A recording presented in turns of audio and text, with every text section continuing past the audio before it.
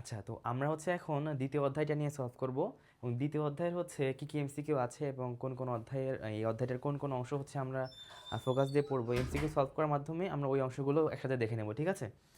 তো চলো শুরু করি। প্রাণীর পরিচিতির হচ্ছে তিনটা অংশ আছে, তাই না? একটা হচ্ছে হাইড্রা, ঘাসফড়িং আর রুই মাছ। এখন হাইড্রার প্রথম অংশটা আমরা মানে এই অধ্যায়ের প্রথম অংশ হাইড্রাটা দেখবো, তারপরে হচ্ছে ঘাসফড়িং দেখবো, আর লাস্টে হচ্ছে রুই মাছ দেখবো, ঠিক আছে? তো প্রথমে দেখো হাইড্রা এখানে কি বলছে, হাইড্রার অমরত্বের ব্যাখ্যা দেন যে বিজ্ঞানী, তার নাম কি? তো আমরা সবাই জানি আব্রাহাম ট্রেমলে হচ্ছে হাইড্রার অমরত্বের ব্যাখ্যা দিয়েছিলেন, তাই না? দেখো, হাইড্রা হচ্ছে নিডারে পর্বভুক্ত প্রাণী। দুইটা পর্ব হচ্ছে দ্বিস্তরী, একটা হচ্ছে নিডারিয়া আর একটা হচ্ছে টেনোফোরা। এবং আব্রাহাম টেমরে হচ্ছে এই পুনরুৎপত্তি ক্ষমতার কথা বলেছিলেন, তাই না? ওকে, আর হাইড্রার নাম দিয়েছিলেন হচ্ছে ক্যারোলাস লিনিয়াস, এইটুকুই। আচ্ছা, এরপরে দেখো কোনটি দ্বিস্তর বিশিষ্ট প্রাণী। দেখো মাত্রই হচ্ছে আমরা দেখে আসলাম যে দুইটা পর্ব হচ্ছে দ্বিস্তরী, তাই না? একটা হচ্ছে হাইড্রা অর্থাৎ নিডারিয়া, আর একটা হচ্ছে টেনোফোরা। বুদবুদ সৃষ্টি করে হাইড্রাকে পানিতে ভাসিয়ে রাখে এর কোন অঙ্গটি? দেখো, এই যে এই অংশটা অর্থাৎ হাইড্রার বিভিন্ন অংশ কিন্তু এখানে দেওয়া আছে, ঠিক আছে? তো এই অংশটা থেকে আমরা একটু এমসিকিউর জন্য যে যে অংশগুলো একটু দেখা লাগবে এবং যে অংশটা একটু আমাদের চোখের নজরে অ্যাটলিস্ট মাথায় রাখতে হবে পরীক্ষার আগ পর্যন্ত, এটা একটু দেখে নিই, ঠিক আছে? দেখো, হাইড্রার হচ্ছে দেহকে প্রধানত তিনটা অংশে ভাগ করা যায়: হাইপোস্টোম, দেহকাণ্ড, পদতল বা পাদচাকতি, এই তিনটা অংশ, ঠিক আছে? এখন হাইপোস্টোমের মধ্যে এখানে আমাদের দেখার কিছু নাই। দেহকাণ্ডের মধ্যে কি দেখতে হবে বলতো? দেহকাণ্ডে কি কি থাকে? কোর্শিকা থাকে, মুকুল থাকে, জননাঙ্গ থাকে। দেখো, যেহেতু তিনটে পয়েন্ট এখানে আছে, তার মানে এমসিকিউর জন্য কিন্তু ভালো একটা অংশ, ঠিক আছে? যে কোনটি হাইড্রার দেহকাণ্ডের অংশ নয়, যদিও না আসার সম্ভাবনা বেশি, কিন্তু কৃষিতে এত বেশি ডিপ কোশ্চিন করে না। দেখো, কোর্শিকার মধ্যে দেখবা যে কোর্শিকাতে নেমাটোসিস ব্যাটারি থাকে। কাজটা একটু দেখো। আর হচ্ছে এখানে দেখো মুকুল, গ্রীষ্মকালে হচ্ছে পর্যাপ্ত আহার যখন পাওয়া যায় তখন হচ্ছে মুকুল হচ্ছে সৃষ্টির অনুকূল একটা টাইম, ঠিক আছে? গ্রীষ্মকাল হচ্ছে মুকুল সৃষ্টির অনুকূল টাইম। জননাঙ্গ হচ্ছে তোমার শীতকালে এবং হেমন্তকালে হচ্ছে দেখা যায়, পাওয়া যায়। আর পাদচক্তির কথা কি বলতেছে দেখো, এটা হচ্ছে এর কাজটা খেয়াল করো, যে এই চাকতি বুদবুদ সৃষ্টি করে পানিতে প্রাণীকে ভাসিয়ে রাখতেও সাহায্য করে, ঠিক আছে? এবং এর সাহায্যে গ্লাইডিং চলন সম্পন্ন হয়। এই দুইটা জিনিস পাদচাকতি থেকে আমরা এই দুইটা জিনিস দেখব, ঠিক আছে? একটা হচ্ছে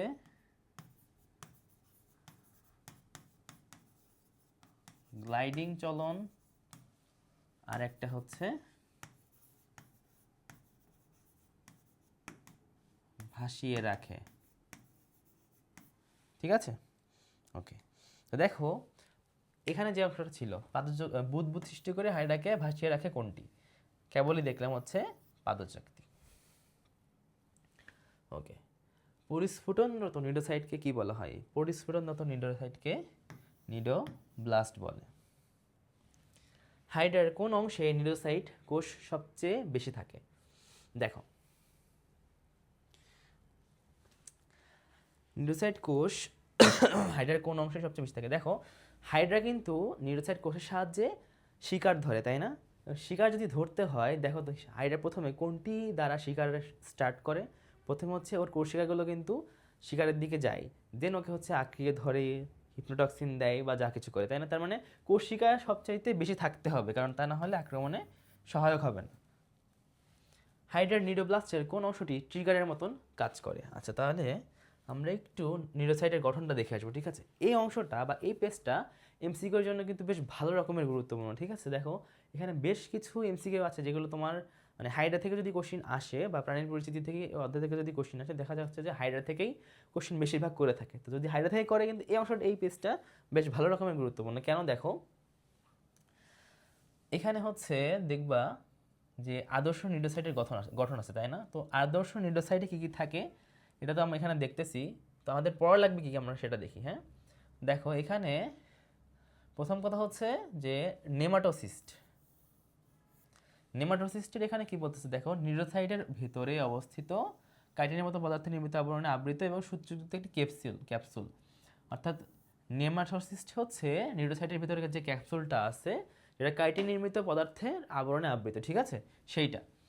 এটা একটা লাইন গিয়েছে।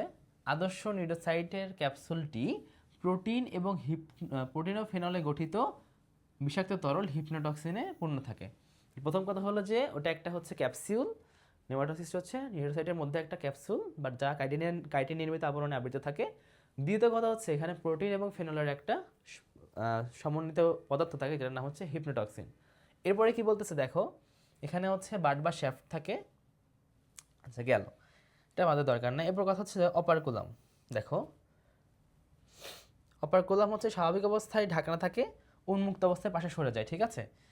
দেখো নিউরোসাইলের কথা আর একটা আছে, এটি একটি রূপান্তরিত সিলিয়াম। যদি বলে কোনটি রূপান্তরিত সিলিয়াম, তাহলে অ্যান্সার হবে নিউরোসিল।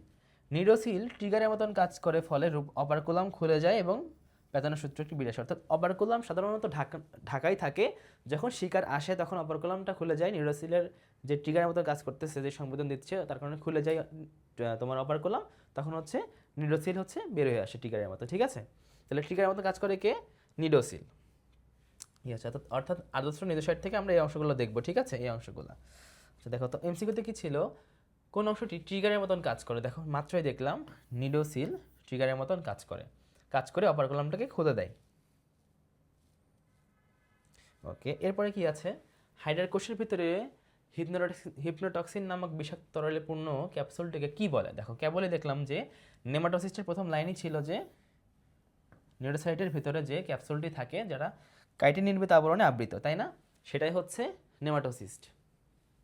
দেখো এরপরে কি বলতেছে, হাইডার নেমাটোসিস্টে যে বিষাক্ত পদার্থ থাকে তার নাম কি? হিপনোটক্সিন। নামগুলো দেখলেই বোঝা যাচ্ছে। যদি কেউ বই একটা বারও পড়ে থাকে, মানে দেখো এই কোশ্চিনটা, যদি কেউ বই একটা বার রিডিং পড়ে থাকে বা এই পেজটা তার একটা বার রিডিংও পর্যন্ত পড়া থাকে, তাহলে তার মাথায় আসবে যে ভাই এই ওয়ার্ডগুলো, এইটা আমি কখনো শুনিই নাই, তার মানে এটাই অ্যান্সার। হিপনোটক্সিন পাওয়া যায় কোথায়? ঠিক আছে, দেখো যেহেতু হাইড্রাকে প্রথমে শিকার ধরার জন্য কোষশিকার সাহায্যে সে আগে তাকে পেঁচিয়ে ধরার চেষ্টা করে বা তার কাছে যাওয়ার চেষ্টা করে, তো সেখানে হচ্ছে যখন যায় যে এই কোষশিকার যেই অংশটাতে বা যেই নেমাটোসিস্টটা যায় সেটা হচ্ছে পেনিট্রেন্ট, ঠিক আছে, বা স্টিনোটিল। হাইড্রার হিপনোটক্সিন কী কী উপাদান দ্বারা গঠিত? কেবলই দেখলাম প্রোটিন এবং ফেনল। ওকে, এরপরে দেখো এই ছবিটা তোমার বলা যায় যে এই অধ্যায়ের গুরুত্বপূর্ণ যদি দুইটা অংশ থাকে তার মধ্যে একটা, ঠিক আছে, যে নিউরোসাইটের অংশ দেখলাম বা পরে আরও কিছু অংশ দেখব, বাট এই অংশটা পরীক্ষায় আসার মতনই বলা যায়, ঠিক আছে। মানে টিচার যখন কোশ্চেন করবে তখন কিন্তু এই অংশটার দিকে তার চোখ মাস্ট যাবে, কারণ এখান থেকে খুব সহজে কোশ্চেন করা যায়। কীভাবে? দেখো তোমাকে বলবে যে এপিডার্মিসের অংশ কোনটি,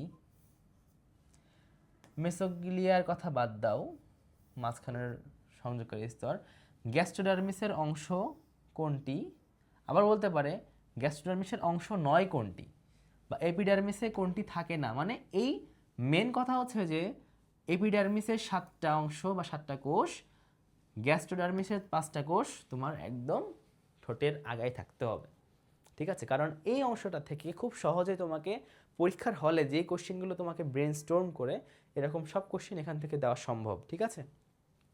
তো আমরা দেখি, প্রথমে থাকে হচ্ছে এপিডার্মিসে পেশিয়াবরণী কোষ, ইন্টারস্টিশিয়াল কোষ, সংবেদী কোষ, স্নায়ু কোষ, গ্রন্থি কোষ, জনন কোষ, নিউরোসাইট কোষ। আর গ্যাস্ট্রোডার্মিসে থাকে পুষ্টিকোষ, গ্রন্থি কোষ, ইন্টারস্টিশিয়াল কোষ, সংবেদী কোষ, স্নায়ু কোষ। তো গ্যাস্ট্রোডার্মিসে কি থাকে না দেখো, এখানে কিন্তু জনন কোষ নাই, জনন কোষও নাই, আবার নিউরোসাইট কোষও কিন্তু নাই, ঠিক আছে। তো আমরা যাই, হাইডার গ্যাস্ট্রোডার্মিসের কোষ কোনটি? দেখো নিউরোসাইট কোষ কিন্তু না দেখলাম, জনন কোষও না, প্যারাইটালও না, থাকলে হচ্ছে পুষ্টিকোষ। মুখছিদ্রের চারদিকে এবং পাদচাকতিতে কোন ধরনের কোষের আধিক্য থাকে? ঠিক আছে, মুখছিদ্রের চারদিকে এবং পাদচাকতিতে কোন ধরনের কোষের আধিক্য থাকে? এটা হচ্ছে তোমার গ্রন্থি কোষ, ঠিক আছে। মুখছিদ্রের চারপাশে এবং পাদচাকতিতে গ্রন্থি কোষ বেশি থাকে। হাইড্রার বহিত্বক এবং অন্তত্বকের মধ্যবর্তী ত্বককে কি বলা হয়? দেখো মাত্রই দেখে আসলাম চিত্রতে, মেসোগ্লিয়া। হাইড্রার কোন ধরনের কোষ থেকে জনন সৃষ্টি হয় বা জনন কোষ সৃষ্টি হয়? ঠিক আছে, দেখো কোনো কোষ বা অন্য কোনো কোষ বা মানে ইন্টারস্টিশিয়াল কোষ নিজে যদি ক্ষতিগ্রস্ত হয় বা নষ্ট হয়ে যায়, তাহলে আরেকটা ইন্টারস্টিশিয়াল কোষই হচ্ছে সেই কোষটা সৃষ্টি করে থাকে। মানে একটা কোষ বা যে কোনো কোষ নষ্ট হলেই ইন্টারস্টিশিয়াল কোষ সেটা হচ্ছে মানে পুনরুৎপাদন করে থাকে। ঠিক আছে, তার মানে অ্যান্সার হচ্ছে ইন্টারস্টিশিয়াল কোষ। হাইড্রার এপিডার্মিসে কোন কোষটি দেখা যায় না? দেখো, সেন্সরি কোষ বা স্নায়ু কোষ থাকে, ফ্লেম সেল না থাকে না, গ্ল্যান্ড সেল বা গ্রন্থি কোষ থাকে, জার্ম সেল বা জনন কোষ থাকে, থাকে না হচ্ছে ফ্লেম সেল। তাহলে অ্যান্সার হচ্ছে এইটা, বাকিগুলো ওকে। হাইড্রার বহিত্বকে সমগ্র স্থান জুড়ে অবস্থান করে কোনটি? দেখো, বহিত্বকে থাকে আবার সমগ্র স্থান জুড়ে থাকে। দেখো, সব থেকে বেশি কিন্তু চিত্রটা দেখলেই বুঝতে পারবো থাকে হচ্ছে পেশি আবরণী কোষ। কোন কোষটি কেবল হাইড্রার বহিঃস্তরে বিদ্যমান, মানে শুধু বাইরের স্তরটাতেই থাকে, ভেতরের স্তরে থাকে না? ঠিক আছে, দেখো, নিডোব্লাস্ট কোষ, গ্রন্থি কোষ, ক্ষণপদীয় কোষ এবং স্নায়ু কোষ। দেখি আমরা কোনটা থাকে। দেখো, আমরা যদি আগের এরিয়াটাতে যাই,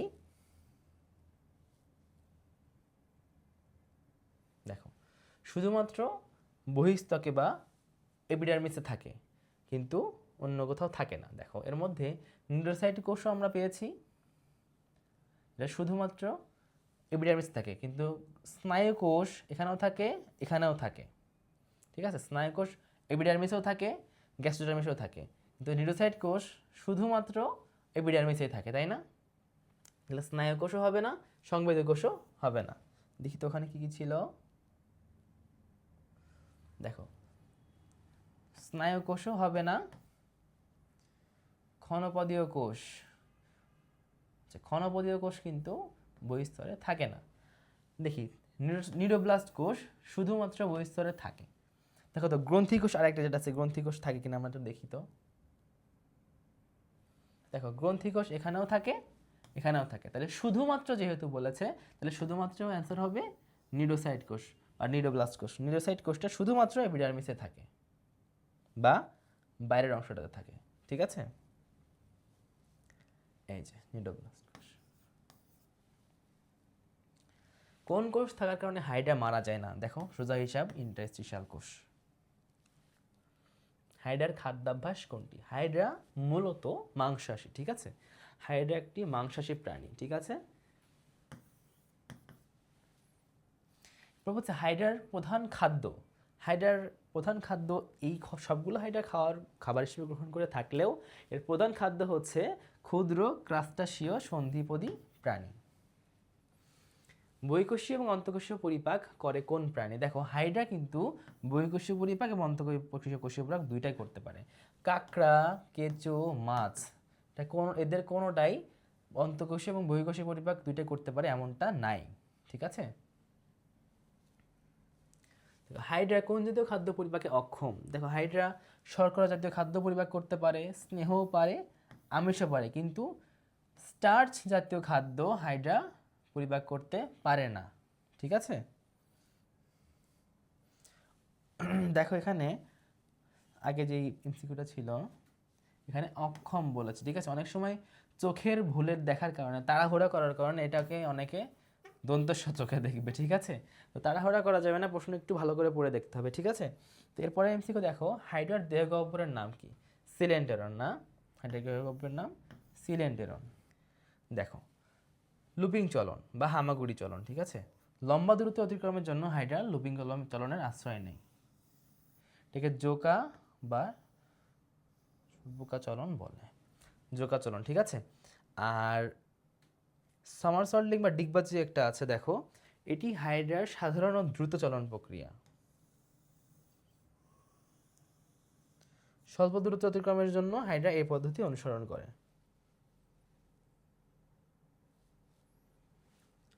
ওকে, একে ডিগবাজি চলন বলা হয়। এখন বলতেছে যে এখানে দেখো,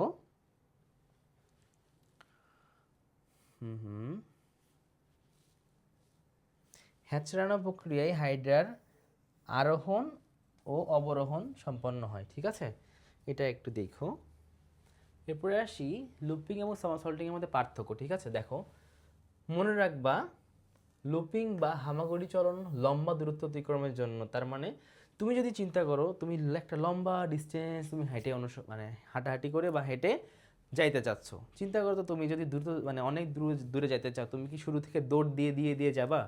দ্রুত যাবা? নিশ্চয়ই না। আগে একটু হাঁটবা, আস্তে আস্তে আস্তে আস্তে আস্তে আস্তে যাবা। সেম তাই, যেহেতু লম্বা দূরত্ব অতিক্রমের জন্য লুপিং চালানো দরকার হয়, তাই এটা মন্থর। আর যেহেতু স্বল্প দূরত্ব অতিক্রমের জন্য যাই, তাই এটা স্বাভাবিকভাবে দ্রুত। ঠিক আছে, এখানে একটা মাত্র লুপ তৈরি হয়, এখানে দুইটা লুপ তৈরি হয়। ঠিক আছে, এই ক্ষেত্রে হাইড্রা অর্ধেক দূরত্ব অতিক্রম করে, এখানে সব কিছুই কম। মনে রাখবা লুপিংয়ে সব কিছুই কম কম, আর এখানে হচ্ছে দ্বিগুণ দূরত্ব অতিক্রম করে। ঠিক আছে, একটু মনে রাখো। তাহলে এই কোশ্চেনটা কি ছিল, হাইড্রার দ্রুত চলন প্রক্রিয়ার নাম কি? দেখো কি দেখে আসলাম, দ্বিতীয়টা তাই না, সমারসল্টিং বা কি ছিল, ডিগবাজি চলন হচ্ছে দ্রুত চলন প্রক্রিয়া।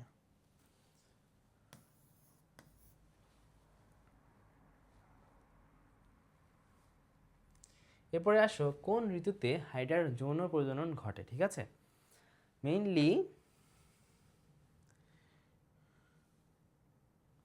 যৌন প্রজনন বলেছে না। দেখো হাইড্রার জনন অংশটা আমরা একটু পড়ে আসবো আগে। ঠিক আছে, এখানে দেখো কি বলতেছে যে অযৌন জনন, গ্যামেট উৎপাদন ছাড়াই যে জনন সম্পাদিত হয় তাকে হচ্ছে অযৌন জনন বলে। ঠিক আছে, এখন এখানে বলতেছে যে হাইড্রা দুইভাবে অযৌন জনন করে থাকে, একটা হচ্ছে মুকুলোদ্গম, একটা বিভাজন। অযৌন জনন হচ্ছে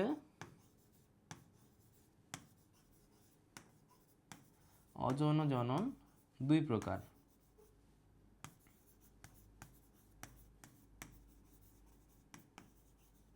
মুকুলোদ্গম আর একটা হচ্ছে বিভাজন। ঠিক আছে, ঠিক আছে, এখানে এবার দেখো মুকুলোদ্গম বছরের সব ঋতুতেই বিশেষ করে গ্রীষ্মকালে পর্যাপ্ত খাদ্য সরবরাহ থাকায় এটা হয়ে থাকে। তাহলে মুকুলোদ্গম হয় হচ্ছে গ্রীষ্মকালে। ঠিক আছে, মুকুলোদ্গম হয় হচ্ছে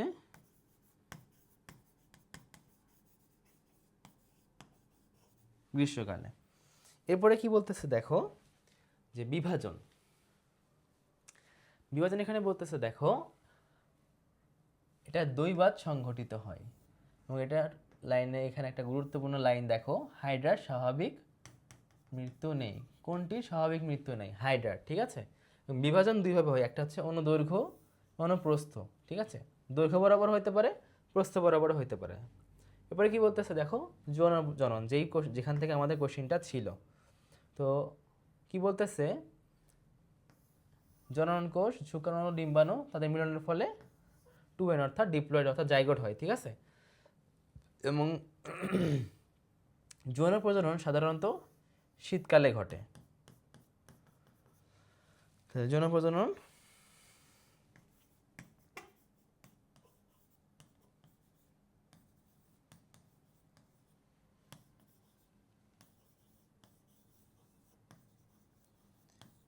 শীতকালে হয়। ঠিক আছে, শীতকালে।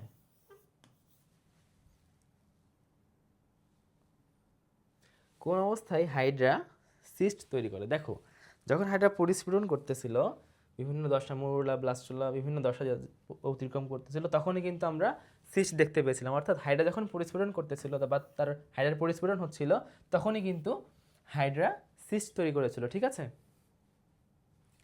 মিথজীবিতা নিচের কোন প্রাণীতে দেখা যায়? দেখো মিথজীবিতা আমরা হাইড্রার মধ্যে পাবো, ক্লোরোহাইড্রা, ভিরিডিসিমা আর জুক্লোরের মধ্যে। কোন প্রাণীতে মুকুলোদ্গম পদ্ধতিতে প্রজনন হয়? এটা হচ্ছে মাত্র দেখে আসলাম হাইড্রা, তাই না? বাকিগুলো কিন্তু হয় না।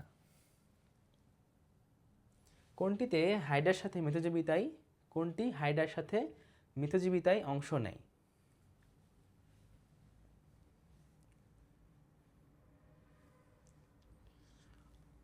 আচ্ছা, জুক্লোরেলা।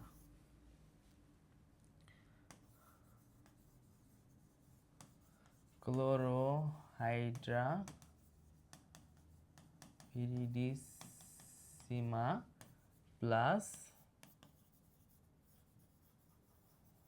ক্লোরেলা। ঠিক আছে। আর্থ্রোপোডার দেহ গহ্বরকে কি বলা হয়? আর্থ্রোপোডার দেহ গহ্বরকে হিমোসিল বলে। ঘাসফড়িংয়ের ল্যাবডা মানুষের কোন অংশের সাথে তুল্য? দেখো, এই দেখো, আমরা এই পেজটা থেকে একটু দেখি এখানে থেকে আমি কি কি পড়তে পারি। ঠিক আছে, আমি আমার আগের এমসিকিউর অ্যান্সারটাও পাবো, সাথে সাথে এখান থেকে একটু দেখে নিই কী কী পড়বো। ঠিক আছে, তাহলে আরও কয়েকটা এমসিকিউ আমাদের অটোমেটিক পড়া হয়ে যাবে। ঠিক আছে, এখানে দেখো, যদি আমি প্রথমেই বলি, মস্তকের বহিঃকঙ্কালের নাম হচ্ছে হেড ক্যাপসুল বা এপিক্রেমিয়াম। মস্তকের বহিঃকঙ্কাল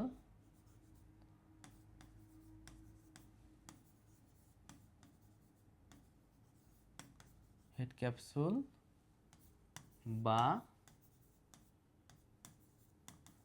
এপিক্রেনিয়াম।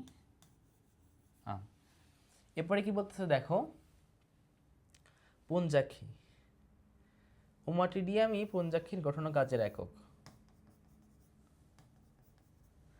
এরপরে বলতেছে যে এখানে তিনটি অংশ নিয়ে অ্যান্টেনা গঠিত হয়। দেখো, স্কেপ, পেডিসেল এবং ফ্লাজেলাম। ঠিক আছে, তিনটা অংশ নিয়ে গঠিত হয়। এরপরে আছে ঘাসফড়িংয়ের মুখপাঙ্গকে চর্বণোপযোগী বা ম্যান্ডিপুলেট মুখপাঙ্গ বলতেছি। আচ্ছা, পাঁচটি অংশের সমন্বয়ে মুখপাঙ্গ গঠিত হয়। ঠিক আছে, মুখপাঙ্গ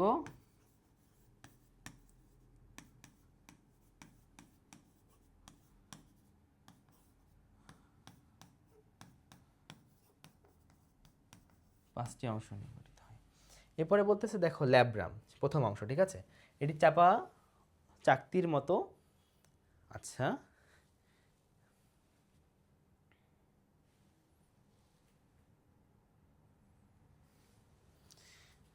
এটি দেখতে চাপা চাকতির মতো এবং উপরের ওষ্ঠ গঠন করে। ঠিক আছে, আমরা আমাদের এই যে এখানে একটা লাইন পেয়েছি, ল্যাব্রাম হচ্ছে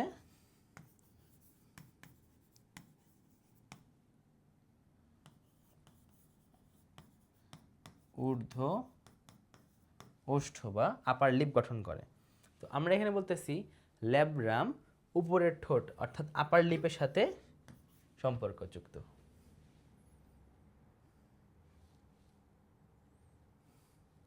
আচ্ছা, এবার দেখো, ম্যাক্সিলা এবং ল্যাবিয়াম এই অংশটা থেকেও আমাদের কিছু কিছু লাইন দেখতে হবে। ঠিক আছে, যেমন ধরো এখানে খেয়াল করো,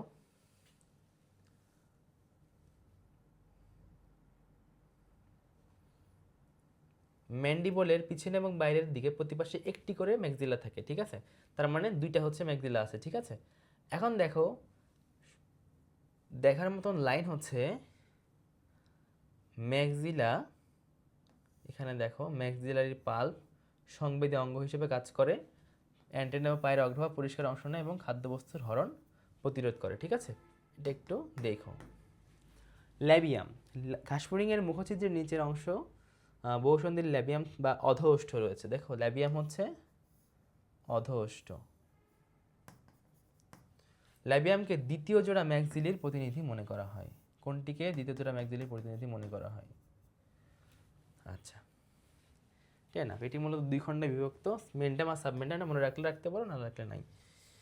আচ্ছা, ঘাসফড়িংয়ের অভিপোজিটর কী কাজে ব্যবহৃত হয়? দেখো, অভিপোজিটর ডিম্ব নালী বা ডিম্ব ত্যাগের কাজে সবসময় ব্যবহৃত হয়। ঠিক আছে, কোন প্রাণীর রক্ত সংবহন তন্ত্র মুক্ত? দেখো, এটা হচ্ছে আসলে রুই ছিল, রুই, সরি টাইপিং মিস্টেক। ঘাসফড়িং হচ্ছে মুক্ত সংবহন রক্ত সংবহন তন্ত্রের অন্তর্ভুক্ত। হিমোসিল কোন প্রাণীতে দেখা যায়? হিমোসিল আর্থ্রোপোডা পর্বতভুক্ত প্রাণীতে দেখা যায়, তাই না? আর্থ্রোপোডা, কারণ আরশোলাও আর্থ্রোপোডার, চিংড়িও আর্থ্রোপোডার, ঘাসফড়িংও আর্থ্রোপোডার। তার মানে অ্যান্সার হচ্ছে সবগুলো। উজ্জ্বল আলোয় পুঞ্জাক্ষী কী ধরনের প্রতিবিম্ব গঠন করে? ঘাসফড়িং দুই ধরনের প্রতিবিম্ব গঠন করে, একটা হচ্ছে মৃদু আলোতে, একটা হচ্ছে উজ্জ্বল আলোতে। তো উজ্জ্বল আলোতে হ্যাঁ, ঘাসফড়িং হচ্ছে অ্যাপোজিশন প্রতিবিম্ব গঠন করে এবং মৃদু আলোতে সুপারপজিশন প্রতিবিম্ব গঠন করে, তাই না? আচ্ছা, হিমোসিলের হিমোলিম্ফের আন্দোলনের দ্বারা ম্যালপিজিয়ান নালিকা ঘাসফড়িংয়ের কোন কাজটি করে থাকে? ম্যালপিজিয়ান নালিকা রেচনের কাজ করে থাকে ঘাসফড়িং, ঠিক আছে? পুঞ্জাক্ষী কোন প্রাণীতে পাওয়া যায়? পুঞ্জাক্ষী আমরা ঘাসফড়িংয়ে পেয়েছি। ওকে, ঘাসফড়িংয়ের দৈহিক বৃদ্ধির জন্য, আচ্ছা, পুঞ্জাক্ষী যেই অংশটাতে আছে অর্থাৎ ওমাটিডিয়ামের একটা গঠন আছে, ওমাটিডিয়ামের গঠনে কিন্তু তোমরা হচ্ছে ওখানে কয়েকটা লাইন একটু খেয়াল করবা, ঠিক আছে? যে কোন অংশটা হচ্ছে কি কাজ করে, তোমার হচ্ছে র্যাবডোম কোন অংশ, র্যাবডোম কি করে, র্যাবডোম আলো গ্রহণ করে, এরকম রেটিনুলার কোষ, কর্নিয়াজেন কোষ, এক একটা কিন্তু একটা কিছু কাজ আছে, তো স্পেসিফিক কাজগুলো একটু খেয়াল করবা, ঠিক আছে? ওমাটিডিয়ামের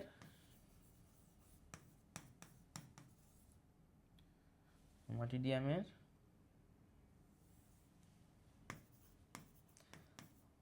ও কি ছিল, ওমাটিডিয়ামের গঠনের যে স্পেসিফিক কাজগুলো আছে, ওমাটিডিয়ামের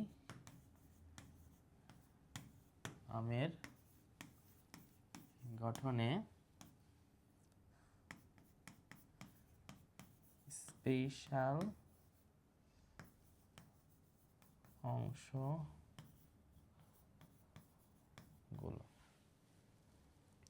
আচ্ছা, এটা গিয়েছে। এরপরে দেখো, ঘাসফড়িংয়ের দৈহিক বৃদ্ধির জন্য বারবার খোলস বদলানোর নাম কি?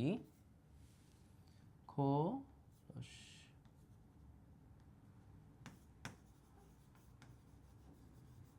খোলস মোচনের নাম কি? এটা হচ্ছে একডাইসিসও বলা হয়, মোল্টিংও বলা হয়। একডাইসন হরমোন কাজ করে, তো ওই জন্য একে একডাইসিস বলা হয়, আর মোল্টিং তো সাধারণত বলা হয় জানোই, দুইটাই বলা হয়, ঠিক আছে? মাছের হৃৎপিণ্ডে কয়টি অলিন্দ আছে? আচ্ছা, মাছের হৃৎপিণ্ডে অলিন্দ একটা আছে, অলিন্দ একটা, নিলয় একটা। ল্যাটেরাল লাইন সংবেদী অঙ্গ থাকে কোন প্রাণীতে? ল্যাটেরাল লাইন বা পার্শ্বীয় সংবেদী অঙ্গ কোথায় থাকে? রুই মাছে দেখেছি না, রুই মাছ। অ্যালারি পেশির সাথে সম্পর্কযুক্ত, অ্যালারি পেশির সাথে সম্পর্কযুক্ত কি বলতো? হৃৎপিণ্ড, তাই না? ঘাসফড়িংয়ের হৃৎপিণ্ডের গঠনে যে গেলে দেখতে পাবো যে অ্যালারি পেশি আছে, তাই না? এরপর দেখো, মাছ পানির নিচে শ্বাস নিতে তার শরীরের কোন অংশ ব্যবহার করে? মাছ পানির নিচে শ্বাস নিতে ফুলকা ব্যবহার করে, তাই না? ছোটবেলা থেকে আমরা জেনে আসতেছি। কোনটি রুই মাছের স্পর্শ ইন্দ্রিয়ের কাজ করে? দেখো, পার্শ্বরেখা অঙ্গ রুই মাছে কিন্তু স্পর্শ ইন্দ্রিয়ের কাজ করে। রুই মাছের আইস সাইক্লয়েড ধরনের, মনে আছে রুই মাছ কার মধ্যে ছিল? অ্যাক্টিনোপ টেরিকি। দেখো, কোথায় সার্কুলি দেখা যায় দেখি তো। আমরা একটু আইস নিয়ে পড়ালেখা করব, ঠিক আছে? বেশি না, জাস্ট কয়েকটা লাইন দেখব যে কী কী আমার দেখা লাগবে এই অংশটা থেকে, ঠিক আছে? আচ্ছা, দেখো, আইসের কথা কি বলছে?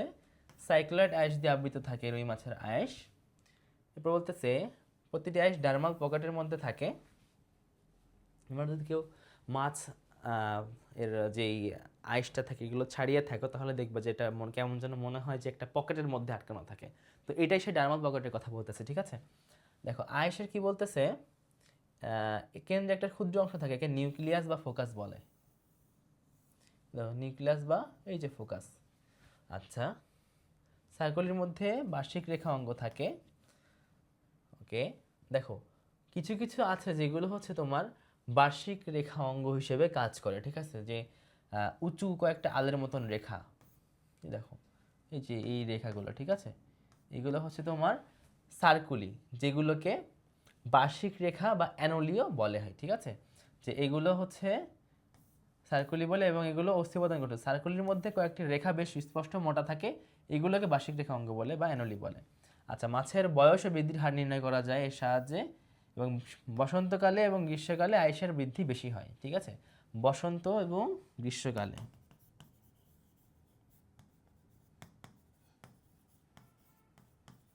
বসন্ত এবং গ্রীষ্মকালে, ঠিক আছে? এরপরে কি বলতেছে দেখো, আইসের তিনটি ক্ষেত্র দেখা যায়, সম্মুখ, পশ্চাৎ এবং পার্শ্বক্ষেত্র। ঠিক আছে, আয়েশের কাজ আমরা দেখি। আয়েশের কাজ যদি দেখি, আয়েশ হচ্ছে সবচেয়ে গুরুত্বপূর্ণ লাইন, মাছের প্রধান প্রতিরক্ষাকারী অঙ্গ। মাছের প্রধান প্রতিরক্ষাকারী অঙ্গ হচ্ছে আয়েশ, মনে রাখবা। আচ্ছা, এতটুকু রাখলেই এনাফ। তো কি বললাম, কোথায় সার্কুলি পাওয়া যায়, কোথায় পাওয়া যায়? আয়েশে। রুই মাছের শ্রবণ অঙ্গের নাম কি? বায়ুথলি শ্রবণ অঙ্গের অংশ কোনটি? দেখো, বায়ুথলি বা পটকা কিন্তু শ্রবণে সাহায্য করে। ঠিক আছে, এর একটা অংশ কিন্তু শ্রবণের অংশে হেল্প করে থাকে। ঠিক আছে, রুই মাছের হৃৎপিণ্ডকে কি নামে আখ্যায়িত করা হয়? শিরা হৃৎপিণ্ড বলা হয় রুই মাছের হৃৎপিণ্ডকে, মনে আছে? ভেনাস হার্ট বা শিরা হৃৎপিণ্ড। এবার কি বলছে, রুই মাছের হৃদযন্ত্র কি ধরনের রক্ত, হৃদযন্ত্রে কি ধরনের রক্ত প্রবাহিত হয়? রুই মাছের হৃদযন্ত্র দিয়ে কার্বন ডাই অক্সাইড যুক্ত রক্ত প্রবাহিত হয়, এটা আমরা জানি। রুই মাছের অন্তর্বাহী ব্রাঙ্কিয়াল ধমনী বাহিত রক্তে সমৃদ্ধ থাকে কি? তো কার্বন ডাই অক্সাইড কিন্তু সমৃদ্ধ থাকে, অক্সিজেনও থাকে না, কার্বন মনোক্সাইড তো এটা মানে আরোই থাকে না। লিম্ফোসাইট ফ্লুইড এটাও না। রুই মাছে কত জোড়া ফুলকা থাকে? রুই মাছে 4 জোড়া ফুলকা থাকে। কয় জোড়া? 4 জোড়া বা 8টা। লার্ভা দশে কত ঘন্টা পর ফুলকা দৃশ্যমান হয়? 24 ঘন্টা বা 1 দিন পর।